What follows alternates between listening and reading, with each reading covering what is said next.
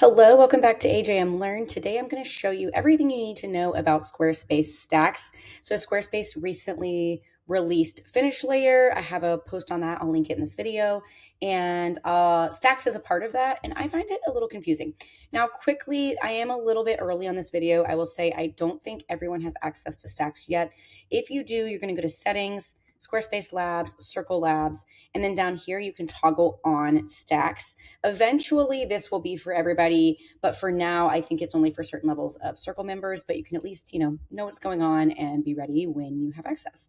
So I set up this section on my little sandbox site just with random items, right? Like, I don't know what I would be designing if I had these items, but just to show the Stacks situation. So first thing you need to do, obviously, add all the items to your section. And to clarify, Stacks works within a section. Basically, you can group all different blocks, and then you can align them and space them accordingly. So I'll show you really quickly. First, let's start with spacing. So I found, and again, please, people in my comments have actually been really helpful because I don't find this super intuitive. So if I'm missing something, totally let me know. I've played around with this, and I find that you need to align stuff before you actually stack them. So I'll show you what I mean. So let's pretend I want, all of this in like a single vertical line. So I can highlight everything, click align, and then I'm going to align horizontal center. And you see there's all these options. Like I could left align, I could do that vertically, horizontally, etc. So now they're all vertically centered with each other. So I don't need to manually do that. I mean, it doesn't save us a ton of time, but that's great. My OCD kicking in here. This is just what I would normally do. So, okay, so we have everything aligned. That's great. And now let's say I want to group them. So again, highlight everything. I just like to click and drag my mouse over it. You can also hold shift and just click everything that you want. And then there's a couple ways to do this. You can either click this button here, stack blocks. You can also, something I'm still getting used to in my everyday, like working process in Squarespace, is that we have right click now for all of these quick actions. So you can actually right click and stack as well. I find, as you just saw, when you stack, it seems as though, it's stacking everything. It might, change the way this looks. So let's go into our stack. So I'm stacking vertically. Let's go into the settings. So you're going to go into this pencil here. You can choose which direction you're stacking. Obviously, I'm stacking vertically, so you could also do horizontally. And then here, if something like this starts happening, your positioning is here. So you can kind of change that centering. So kind of how you center text in a text box vertically, you can actually center everything in this box vertically. So as I move things, it's going to kind of adjust based on this stack. Now, again, I don't find this to be super intuitive, so definitely come in here and play around with it, but got everything back centered. Next, we can play around with the gap between things. So I'm obviously making the gap more. Now it's making the photo smaller because the bounding box is set. So if you wanted, things to be bigger, this is what's kind of weird to me, is you do have to kind of play around with it to get things to like individually look the way you want them to look. So getting back in here. So again, you can play around with the gap between these items. I wonder... Yeah, it's really strange to me that it's not just like spreading them out. It's literally just changing the size of the photo. And then the padding is your space, basically the space from the edge of the bounding box. So if you want to bring anything in from there, mostly because you might want to add a background. So this is next. So if you have everything set up in a way that you like this looks very, very editorial, like this works.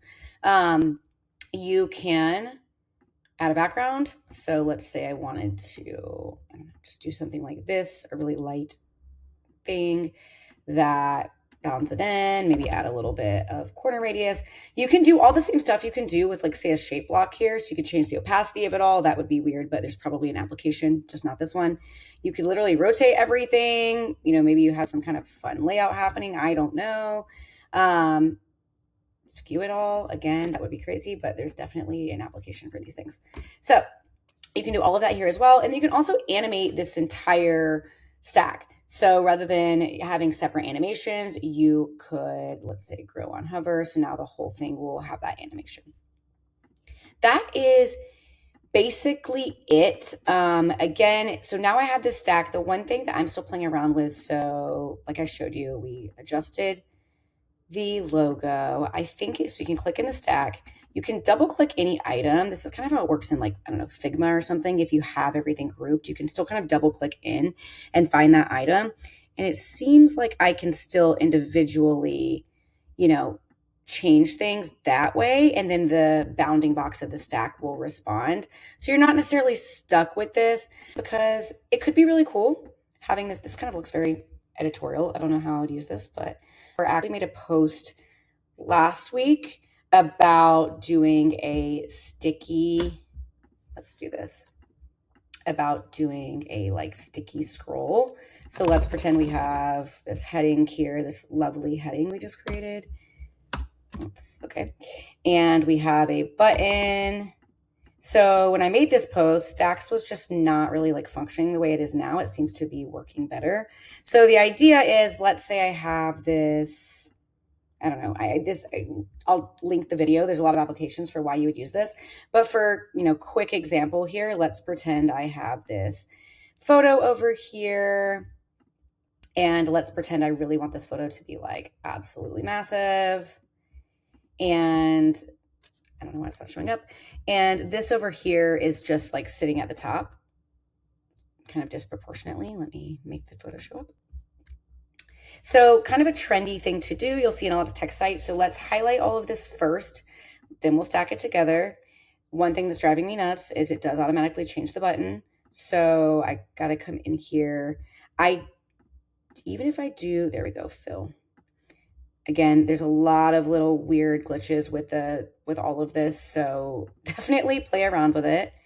Like, let me make more of a gap. Okay, so everything's grouped the way I want it now, and then I can also pin this. So I'm going to pin it to the top. I'm going to add a little bit of offset, and I'll show you what happens. So again, in the video that I will link, I was showing how to do this with one item because doing it with two is pretty hard, but now that the stacks are actually working kind of okay, you can actually do this really cool sticky scroll. But again, I'll link that video.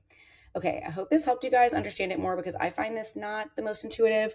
Let's see if they, add any more features here. I post videos every week, so subscribe if you like them.